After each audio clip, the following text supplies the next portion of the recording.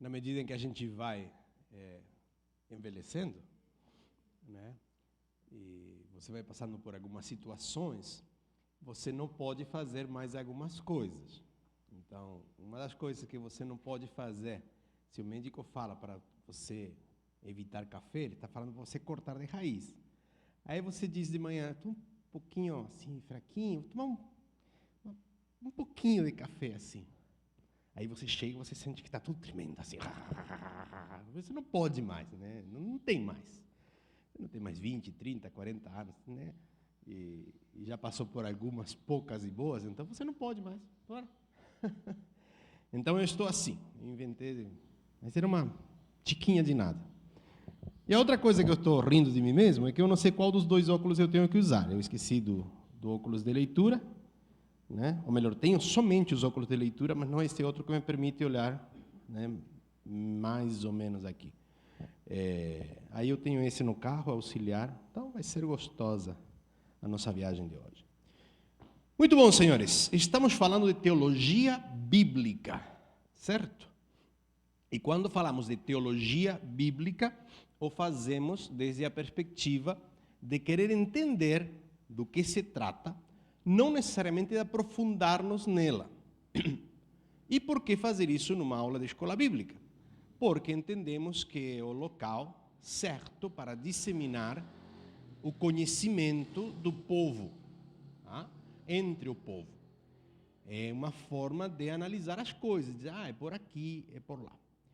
E por que é tão interessante a teologia e a teologia bíblica? Bom, nós já falamos na primeira aula que teologia tem a ver com o discurso ao respeito de Deus, mas também tem a ver com o estudo ao respeito de Deus.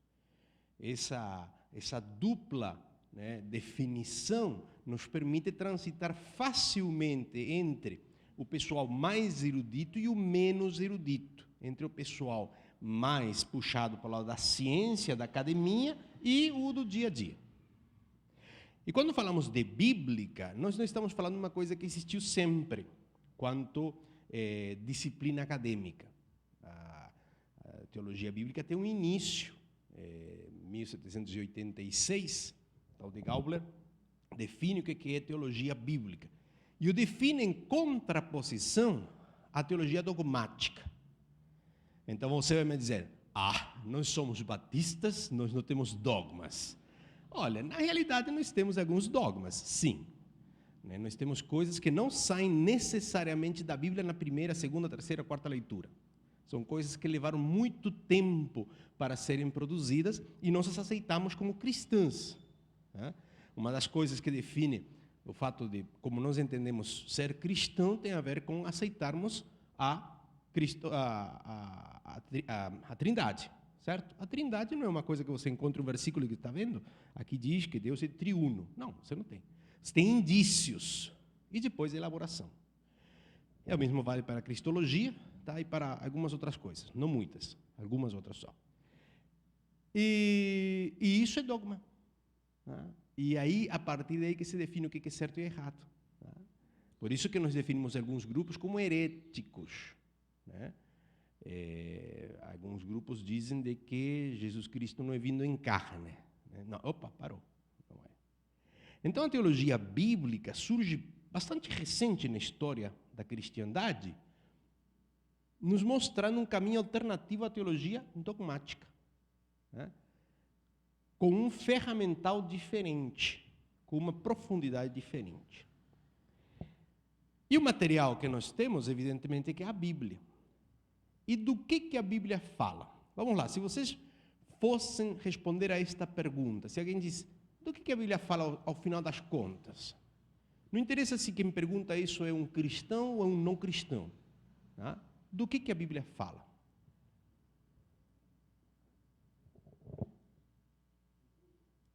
Jesus, boa. Muito bom. O que mais? Da queda. O que mais? Salvação. O que mais? Como? Inferno? Fé. Está vendo que o problema não é somente falar o português, também ouvi-lo? Brincadeira, principalmente ouvi-lo, né? Depois eu vou contar uma história para vocês sobre português. Não, eu conto agora. Passei 5 anos sem entender a diferença entre casa e caça. 5 anos. Ninguém teve a misericórdia de falar, cara, escreve aí, um é com C cedilha e soa diferente. Ninguém falou que a diferença está no S, entre duas vogais. E eu, a vida inteira, falando que íamos para a caça. Não, você não vai para a caça, você vai para casa. Né? Parece brincadeira, né? A dificuldade está aqui, mais do que aqui. Ok, fé. O que mais? Perdão. Se precisamos juntar tudo isso numa única frase, o que nós diríamos?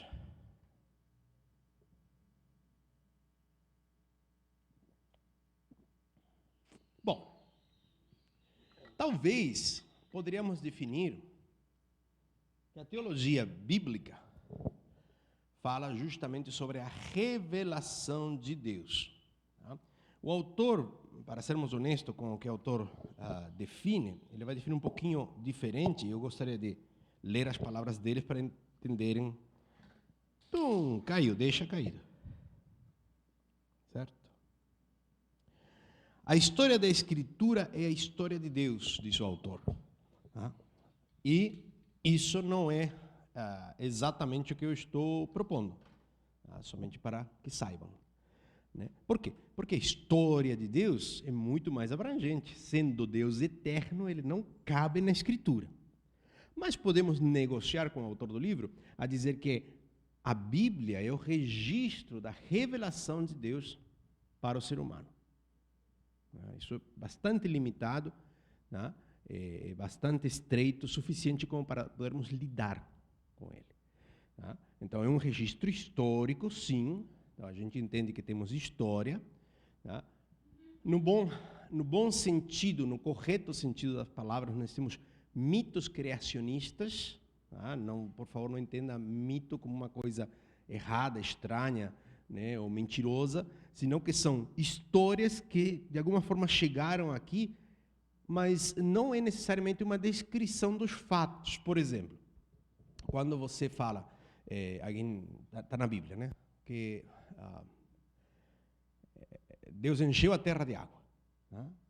Então, havia alguém escrevendo isso literalmente, ipsis literis, o que estava acontecendo? Não, isso foi relatado e muitos anos depois, centúrias, talvez milênios depois, isso aí foi plasmado num texto. Porque há uma recopilação dos relatos pela tradição oral judia, tal, e é colocada, então, de forma escrita. Então, o que nós temos é um relato, sim, histórico, mas de eventos que não necessariamente havia alguém presencialmente, né, em primeira mão, escrevendo. Nós confiamos nesse texto. Nós podemos depois ter toda uma aula sobre por que confiamos no texto bíblico. Mas, de início, queremos fazer essa salvedade. Então, vamos acompanhar essa história de Deus com a gente. Porque é isso, a história de Deus com a gente. A história de Deus com o ser humano. Como que é isso? Do que se trata?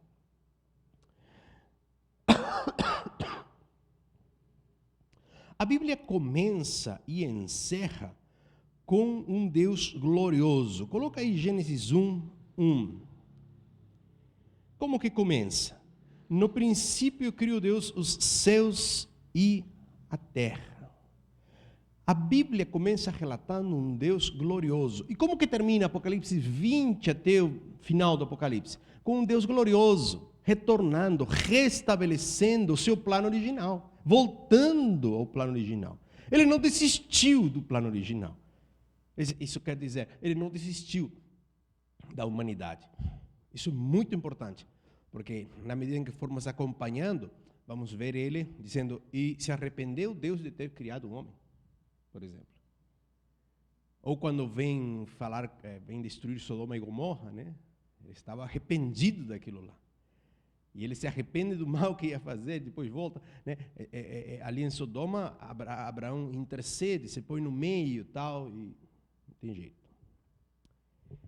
Muito bom. Então, nós vemos que esse Deus triuno dá origem a um mundo bom. Um mundo bom. Toda vez que você encontre alguém que diga que o mundo é ruim por natureza, por essência, por criação. Quando você fala de natureza, você fala de criação. Então, aí, nós temos alguns empecilhos. Você fala que a natureza de fulano é ruim. O que você está dizendo? Que aquele não vai mudar, porque ele é ruim por natureza. Ele pode se disfarçar, mas é ruim por natureza. Tá bom? Então, quando falamos de natureza, essencialidade, é o que define a coisa sobre a qual estamos falando. Então, quando falamos do mundo, quando se fala que o mundo é ruim, estamos dizendo que ele foi criado de forma má. Tá? Que ele é ruim por natureza, o mundo é ruim por natureza. E quem que tinha essa ideia? Os gnósticos, contra os quais nós nos defendemos e lutamos, né? Os primeiros 200 anos da vida cristã, basicamente, né? Não logo os primeiros 200, mas vai, 100 e pouco até o 300, né? É justamente a definição anti-gnosticismo, que propunha que este mundo foi criado por um Deus ruim, um Deus mau, um Deus muito mau, tá? Que se escapou da divindade, tá? Um demiurgo mau, e então ele criou um mundo ruim, e por isso que há sofrimento, por isso que há dor, por isso que há catástrofes, por isso que há tanta maldade no mundo, porque o mundo é ruim. O mundo, segundo a Bíblia, é bom. Quando eu falo em mundo, não falo no conceito que nós temos agora, tá? Estou falando da criação, do cosmos. O mundo é bom por natureza, porque um Deus bom o criou. Isso que nos propõe o texto bíblico. E aí está o importante, a teologia bíblica. O mundo é bom por natureza. Como um Deus bom poderia dar à luz uma coisa ruim? Que tipo de maldade seria isso? Que tipo de perversidade governaria esse Deus? O mundo é bom, Deus o criou bom. Viu Deus que tudo era bom. Uma e outra vez, repetindo, e viu que era, somente tem uma que ele viu que não era bom, que ele não falou nada. Mas o restante, ele fala, é bom, é muito bom. Parênteses de aplicação com interpretação não literal. Você gosta da obra das suas mãos? Você faz alguma coisa boa e você diz, nossa, ficou bom, gostei do que eu fiz. Faça a tentativa, né, de gostar você do que você faz. Não interessa o que for, né, contanto seja uma coisa boa. Né? Muito bom. Então, este Deus bom cria um mundo bom. Este Deus, do qual nós temos indícios que é um Deus triuno, né, já desde o início, então, é um Deus bom. Ele cria os céus e a terra. Esta é a nossa origem. Como que nós provamos? Não tem como provar, é uma questão de fé. Esquece de tentar provar. Vou provar para você que Deus criou o mundo. Não tem como provar. É uma questão de fé. Você acredita. E no que você está acreditando? No texto bíblico. Quando você acredita no texto bíblico, o que você está acreditando? Em toda uma tradição de recursos passados pela oralidade, ou seja, é o pai falando para o filho, dizendo como que as coisas são, e depois colocar de forma escrita. Muito bom. Salmo 103, 19, nos vai pôr na perspectiva de uma aliança. Nossa, a tremedeira está fogo.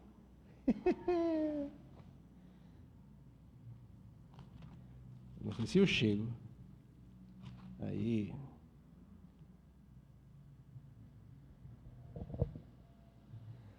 Vamos ler um pouquinho antes. Perdão, eu falei 9, mas é 19. Certo? Eu vou começar no 15 a leitura. Né? E isso é uma dica, né, de leitura bíblica. Você nunca fica só com um texto, você faz uma leitura um pouquinho maior para depois voltar. Quanto ao homem, os seus dias são como a relva, como a flor do campo, assim ele floresce. Pois soprando nela o vento, desaparece, e não conhecerá daí em diante o seu lugar. Mas a misericórdia do Senhor é de eternidade em eternidade sobre os que temem a sua justiça, sobre os filhos dos filhos, para os que guardam a sua aliança, para os que se lembram dos seus preceitos e os cumprem. Nos céus estabeleceu o Senhor o seu trono, e o seu reino domina sobre tudo. Bendizei ao Senhor todos os seus anjos, valorosos em poder, que executais as suas ordens e lhes obedeceis à palavra. Bendizei ao Senhor todos os exércitos, vós, ministros seus que fazeis a sua vontade. Bendizei ao Senhor vós, todas as suas obras, em todos os lugares do seu domínio. Bendize, ó alma minha, ao Senhor. É um salmo muito lindo, né? E muito abrangente. Veja tudo que tem para louvar ao Senhor. Tudo gira em torno desse louvor ao Senhor. Então, Deus estabelece uma aliança. É isso que o Salmo 103, 19 nos está indicando, a uma aliança. Esse é um relato. Tá? Gênesis 1, 27 nos vai falar parte de como que essa aliança é criada. Tá? Bom, eu estou lendo um dos relatos da criação, nós temos dois ali nos primeiros 2 capítulos, né? Então, um dos relatos diz assim, Gênesis 1, 27. Criou Deus, pois, o homem à sua imagem, a imagem de Deus o criou, homem e mulher os criou, e depois os abençoou e lhes disse, sede fecundos, multiplicai-vos, enchei a terra, sujeitai-a, dominai sobre os peixes do mar, sobre as aves dos céus, e sobre todo animal que rasteja pela terra. E aí ele continua dizendo como que vão se comportar com a natureza, o que vão fazer com os animais, tudo mais. Agora, Deus estabelece uma aliança com o homem, essa aliança está na criação. A parte que lhe corresponde ao homem ao homem enquanto ser humano, né? Ao homem nesta aliança é a de se reproduzir, de encher a terra e de cuidá-la. Essa aliança é da iniciativa única e pura de Deus. Tá? E aqui fica muito clara aquela questão de que a iniciativa pertence ao ser divino sempre nessa questão. Tá? Na interação homem-Deus, a iniciativa está do lado divino. Entender qualquer outra coisa começa a complicar, tá, o esquema. Deus formou ao homem, ao ser humano, a sua imagem e semelhança. Que digam os casados, tem alguma coisa mais diferente do que o gênero oposto? É muito diferente, né? Fala a verdade. Então, nós somos criados à imagem de Deus, mas homem e mulher são muito diferentes. Cada um tem seu jeito de olhar o mundo, de fazer a coisa. Os que já têm filhos, como que a mulher pega a criança? Para dentro. Onde que está o rosto da criança? Preste atenção, senão passe a olhar. Como que o rosto da criança está? Virado para dentro. Para a mãe. Certo? E como que o pai geralmente pega a criança? A gira, coloca aqui, olhando para fora. É muito lindo esse ver. Claro, a gente pega também ao contrário. Tá? Pega para a gente. Mas geralmente, o homem, o macho da espécie, né, ele pega olhando para fora. Mostrando o mundo. Como que ele é, como que são as coisas. Né? Que pai faz com o filho? Ô filho, olha lá, olha aqui, olha acolá. Isso é assim, é típico. Você dirigindo, né? Você vai mostrando para o filho, para a filha, né? Olha só o passarinho, né? Olha só o que o outro fez no trânsito. Isso não se faz, você constantemente faz isso. E a mulher? O que faz? Né? Como você está, meu filho? Como você se sente? Olha só, você gostou? E são coisas. Estou vendo tantos olhos brilhando de homens e mulheres, eu gosto disso. É tão gostoso ver essa diferença, é tão lindo, que a gente, em lugar de discutir e brigar, né, um com o outro, teria que aproveitar essas diferenças. Teria que juntar e dizer, olha que lindo, olha que bom, e aprender com o outro. Com a minha esposa, eu aprendo a perguntar como você está, como você se sente a respeito disso. O que você está pensando sobre isso, como que vai? Entendeu? Porque é lindo, é gostoso essa diferença. Mas, quando eu leio o texto, me causa graça. Porque a imagem de Deus o criou. Homem e mulher os criou. Cara, não tem coisa mais distinta que homem e mulher. Não tem coisa mais gloriosa que homem e mulher. É distinto, diferente. É lindo de se ver. E é lindo de se juntar. É lindo de se juntar. Isso, entenda juntar em todos os aspectos da vida matrimonial. É lindo, é gostoso, é bom. Deve de ser prazeroso, se não há prazer ali nas uniões. Então, tem coisa a ser investigada, a ser pesquisada, né? A ser construída. Porque a união é o propósito de Deus. Por isso que é tão grave quando a gente rasga essas uniões. A gente que passou por divórcio sabe como é que é. Aquilo lá não rasga somente osso, rasga a gente também. É terrível, é horrível. Então, essa primeira aliança, ela é da parte de Deus. É impossível que seja da parte do homem. O qual nos leva a pensar já na outra aliança, né, que vai vir lá em Jesus, ou em todas as realianças pequenas que nós encontramos, que são iniciativa de Deus. Nenhuma iniciativa de aliança, de vínculo, é de ordem humana. Nenhuma começa com o ser humano. O que eu estou fazendo? Eu vou no cinema ou vou me submeter a Jesus? Não é.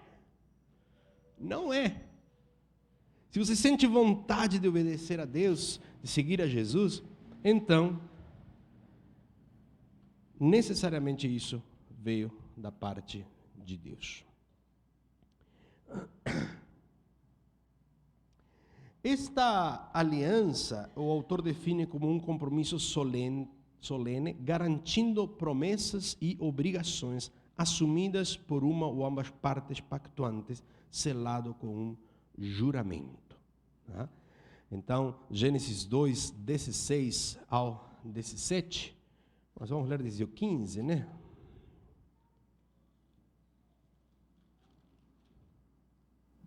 Muito bom.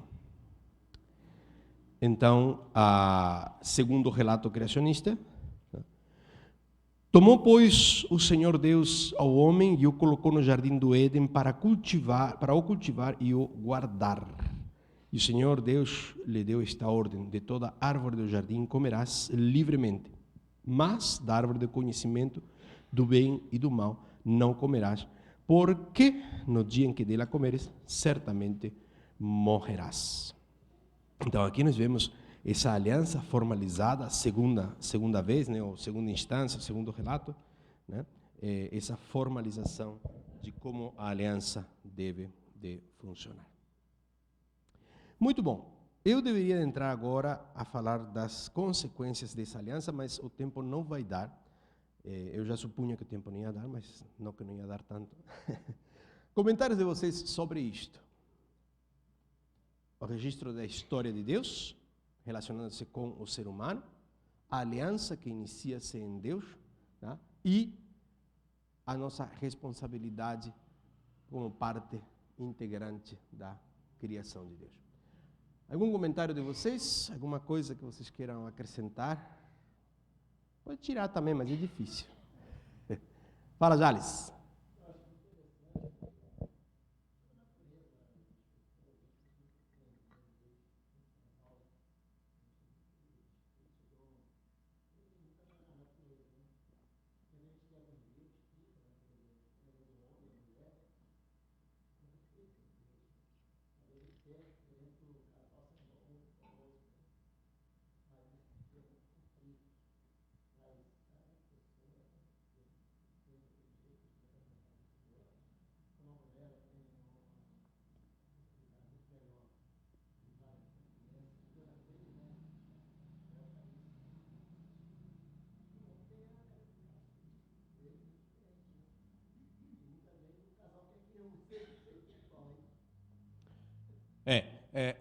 Deixa eu ver se eu traduzo certinho para o restante, né, da questão de sermos o que somos. Tipo assim, não de que o casal tenha que adotar apenas uma das formalidades, né?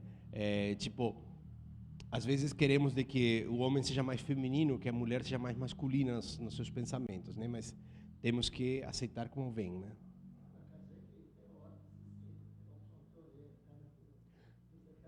Então, aí que está. Essa que é a questão. Eu entendo que o homem tem que aprender muito com a mulher. Essa é a minha parte. Então eu fico olhando assim e digo, tá, eu não faria assim, mas vamos por aí, vamos por esse caminho. E acabo aprendendo uma meia dúzia de coisas. E é de se esperar, claro, eu espero que do outro lado também aconteça, né? O que a gente não pode fazer é submeter ou subjugar, melhor dito seria, a personalidade, o jeito de ser a uma única forma. Tipo, somente a forma masculina, somente a forma feminina. Me parece que há uma riqueza tremenda nesse vínculo, né, de juntar-se. Me parece que é isso que o irmão está um pouquinho querendo transmitir, né? Essa coisa de tirar proveito, né, de que somos uma dupla. Então, sim, às vezes vemos que naturalmente a mulher tem certos talentos, certos dons para alguma coisa. Em lugar de simplesmente deixar tudo na mão da mulher, porque ela tem essa naturalidade, a gente aprender como fazer. E do outro lado, a mulher também. Perfeitamente bem pode aprender e conhecer e ultrapassar, às vezes, né, o que o outro faz. Né? Mais alguma questãozinha aí? Não sei se eu te traduzi bem, já depois. Fala, Tiago.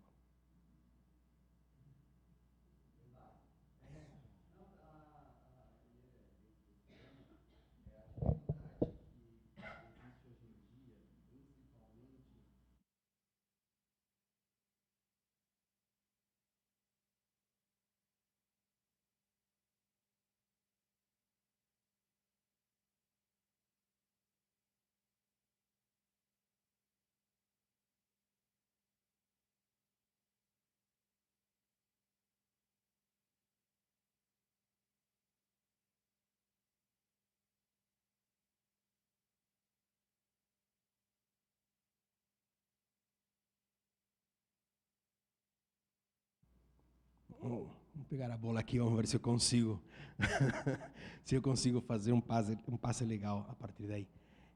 O estereótipo, sim. Deixa eu inverter. Você falou do estereótipo masculino, deixa eu inverter para o estereótipo feminino. Eu sou o único filho homem na casa, né? Então eu convivi com mulheres, né? E então eu tenho um olhar sobre o mundo feminino um pouco distinto de que alguém que tivesse crescido entre irmãos homens, por exemplo. E eu vejo assim sobre a mulher um peso tremendo, né, de um certo estereótipo. Foi uma coisa nos anos 80, está sendo diferente agora, né? Mas, por exemplo, sobre como que tem que andar vestida, ou como que tem que proceder, ou o que se espera sobre ela. Por exemplo, tem mulheres, pegando um pouquinho do Jales também, tem mulheres que são mais chegadas em cuidar do filhote, da criancinha. Tem mulheres que realmente você vê que leva isso no sangue, vivencia isso, né? É uma coisa linda de se ver. Tá? E tem outras que não. E essa outra que não, como geralmente não estava no estereótipo da mulher mãe, ela se sente deslocada, né? Porque ela estaria muito bem vivendo sem filhos ou vivendo sozinha. Mas o estereótipo, o peso em cima, né, a pressão da sociedade é terrível, ao meu ver, sobre a parte feminina da nossa raça. É um peso bastante grande. Né?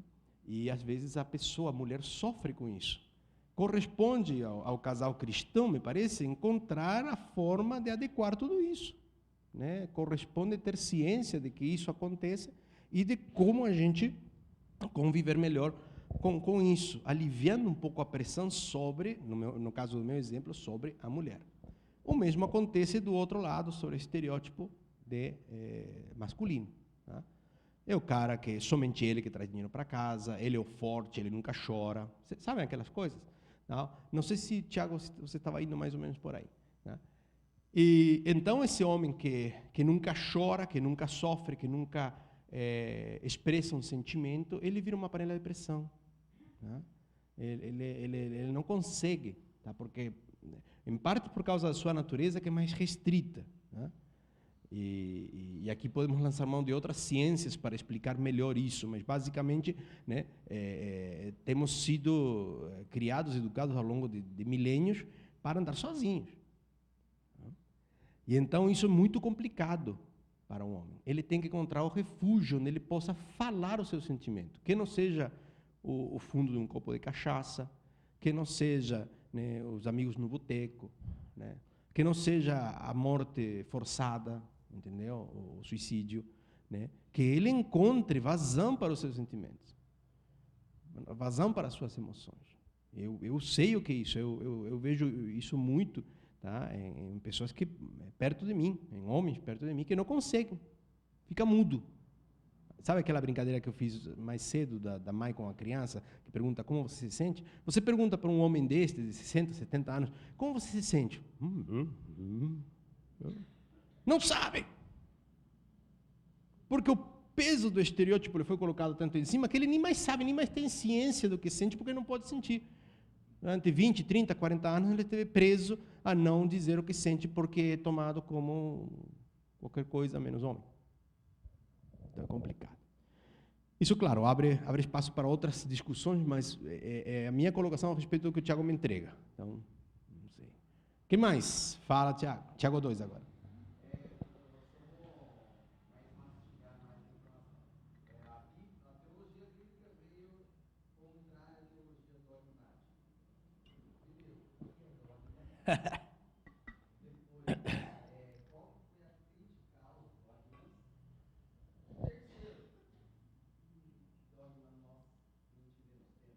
Ok. Nós mantemos os dogmas dos primeiros concílios, pelo menos depende qual é a tradição, nós mantemos, nós reformados, dizemos, mantemos os dogmas dos primeiros 3 ou 5 concílios, tá? Que são chamados de ecumênicos. Então, chegamos tranquilamente até Calcedônia, e, por exemplo, questões cristológicas, questões trinitárias, que são as grandes, né, surgem daí. Ele surge como resposta à dogmática. Então, o dogma não está na Escritura. O dogma é uma consequência da análise e da vivência da igreja. Né? Você não vai encontrar, como eu dizia, um texto que diz, olha, Deus Jesus é 100% homem, 100% Deus. Você não tem isso. Isso está onde? Nos concílios. Tá? Então, tudo bem, nós batemos o peito, rasgamos nossas vestes e dizemos que nós acreditamos somente na Bíblia. Nós também aceitamos o dogma, né, estabelecido pela igreja, quando era ainda unida e tudo mais, tá, naqueles concílios, que foram com muito suor e lágrimas. Tá? Então, pois não.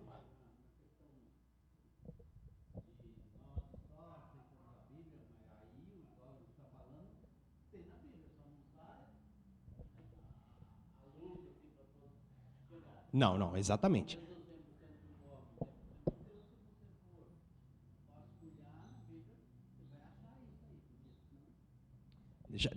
Deixar claro minha posição, porque senão fica ruim depois.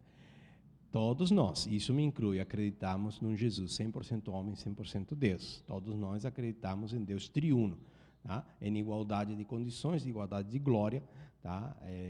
Apenas na formalidade, por exemplo, não se ora ao Espírito Santo, por mais que poderia ser, porque é Deus também, não se louva, né? Etc. As orações são dirigidas a Deus, em nome do Filho e por intervenção do Espírito Santo. Tá, tudo bem. Estabelecido o nosso espaço comum, sendo que eu preciso explicar de onde a teologia bíblica saiu e que ele não explica, tá? Precisamos ver que nós víamos com um jeito de fazer teologia sistemática, dogmática, depois vai ter apologética e tal, tudo mais. Tá?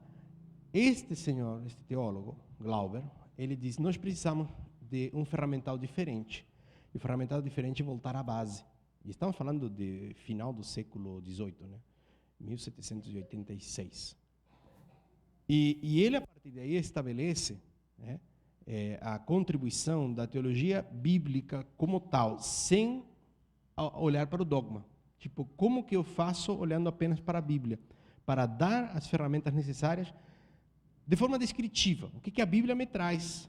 Tá? É o que nós, quando falamos de exegeses, estamos fazendo, né? Ou seja, tirando da Bíblia. A questão é que, às vezes, não estamos cientes de que ele coloca estas ferramentas em contraposição à dogmática. Né? Porque a dogmática fez o seu serviço, tem seu lugar. Ele não está negando. Glauber nunca nega a dogmática. Ele somente diz, olhemos para a Bíblia como fonte. E isso é uma frase que nós temos, né? A Bíblia é a nossa única regra de fé e prática. Tá? O que isso significa na prática? Onde que estão os limites disso? Então, e agora já esquecido, estávamos indo lá, a pergunta era dogmática, nós temos esses dogmas, Nós temos pessoas liberais como Karl Barth, tem um livro que chama Dogmática, tá? da fé cristã, onde ele reafirma os valores dogmáticos. Isso não impede da gente olhar para a Bíblia e trazer coisas, florear a coisa um pouco, ou resgatar. Isso não, espera, tudo bem, não está escrito assim literalmente, ipsis literis, mas tem isso e aquilo. Por quê? Porque a teologia bíblica, agora estou me afastando do conteúdo do livro, a teologia bíblica é muito mais abrangente. Vai ter a ver com arqueologia, com sociologia, com história, tá? Com muitas outras disciplinas. Ela é mais abrangente, em certo sentido, do que as outras. Teologia sistemática é simples, pronto, acabou. Tá? Agora, eu não sei bem se eu consegui voltar à tua pergunta, Tiago, mas o dogma é um ensino, tá? Do qual você não pode diferir, senão é um herege. Tá? Então, se você não acredita, por exemplo, digamos que houvesse alguém aqui que acreditasse que o Espírito Santo não é Deus, tá? Isso para nós seria um herege, uma heresia. Tá? Por quê? Porque não se adjunta ao dogma. Tá? Agora, claro, como esses dogmas surgem a partir da análise da Escritura e na interação com a cultura grega, então, estão bem estabelecidos, vamos dizer assim, foram pesados pelo pensamento, pela crítica, tudo mais. Então, muito difícil alguém que hoje se diga cristão vai querer inventar a roda e dizer, bom, na realidade são 4 deuses e não somente um Deus triuno, tá? Alguma loucura dessas, entendeu? Não tem, porque é um ensinamento estabelecido pela igreja. Então, aqui agora estendemos mais, né? Por exemplo, isso não acontece no meio batista em geral. Tá? Tem uma parte do modelo batista que sim acontece, mas em geral, no modo convencional, no que nós estamos acostumados, não acontece. Mas, para você ser presbiteriano, você tem que ser calvinista. Se você não é calvinista, se você se declarar arminiano, você nunca pode chegar a ser pastor, não pode chegar, nem presbítero sequer. Tá? Diácono, presbítero, nenhum dos oficiais da igreja deles. Por quê? Porque na essência, na definição dogmática deles, eles são calvinistas. Então, isso para mim resultou estranho, porque tinha ouvido historicamente, mas nunca tinha visto uma igreja que agisse assim, tá? Dessa forma. Então, o que é heresia para eles? Ou que não for condizente com a doutrina calvinista. Tá? No meio convencional batista, tá? As nossas igrejas são livres. Ela pode ser um pouco mais arminiana, pode ser um pouco mais calvinista, ou reformada, tá? que é outra coisa, né? Não vão fazer sinônimo entre Calvino e Reforma, que não está certo não, tá? Mas essa questão assim está mais livre, mais solta, e eu agradeço a Deus por isso. Eu não me encaixaria em nenhum desses moldes, tá? Então, o meu molde é mais este. O que a Bíblia diz? Como que ela está expressando? O que esse texto tem? Como que o contexto trabalha? Como que trabalha o livro? Entendeu? O autor, o que o autor diz? Esse tipo de coisa. Isso é teologia bíblica. Então, nós não temos muito dogma nesse sentido. Tá? Outras igrejas têm. Por exemplo, tenta ser calvinista no meio pentecostal. Tenta dizer que Deus escolhe as pessoas para a salvação. Você é tido como um herege. Tudo bem que o pastor me explicou outro dia que havia um problema aí, que parece que os jovens estão considerando mais a teologia calvinista. Eu espero que estejam considerando a teologia reformada mais do que calvinista. Né? Como, senhor? São considerados hereges. Tá? É uma heresia. Por quê? Porque justamente o que estabelece uma coisa, que a heresia é o grupo. Tá? É o grupo. Por isso, tão importante, 2 coisinhas. A teologia bíblica como ferramental para interpretação, para conhecimento, e também estarmos cientes de que, às vezes, nós temos alguns dogmas internos, às vezes não escritos até. Tá? Por exemplo, vamos. Tiago. Então, mas, por exemplo, quem que falou que nós temos que colocar os bancos assim, pelo amor de Deus? Aí vocês vão me dizer, não é uma questão de fé. Não é? Deixa eu ver se o domingo que vem eu coloco os bancos em redondo aqui, se não lhes causa problema. Tá? Por quê? Porque um dogma não escrito, estou usando a palavra dogma agora bastante frouxa, né? É uma lei não escrita, é uma instrução não escrita. Se você o coloca em redondo, é reunião social, então não é culto, não. Não é. Entendeu? ou que esse lugar é mais santo do que o lugar do lado, por exemplo, ou ali fora. Né? De onde que vem isso? São dogmas não escritos. Tá? E nós passamos a considerar não, mas aquilo lá não é igreja, pastor. Imagina, o cara senta num banquinho, os caras ficam nas mesas lá, enquanto bebe, come alguma coisa, o cara vai falando, isso não é igreja não, pastor, não é? É sério? De onde? Por quê? Como? Onde está definido?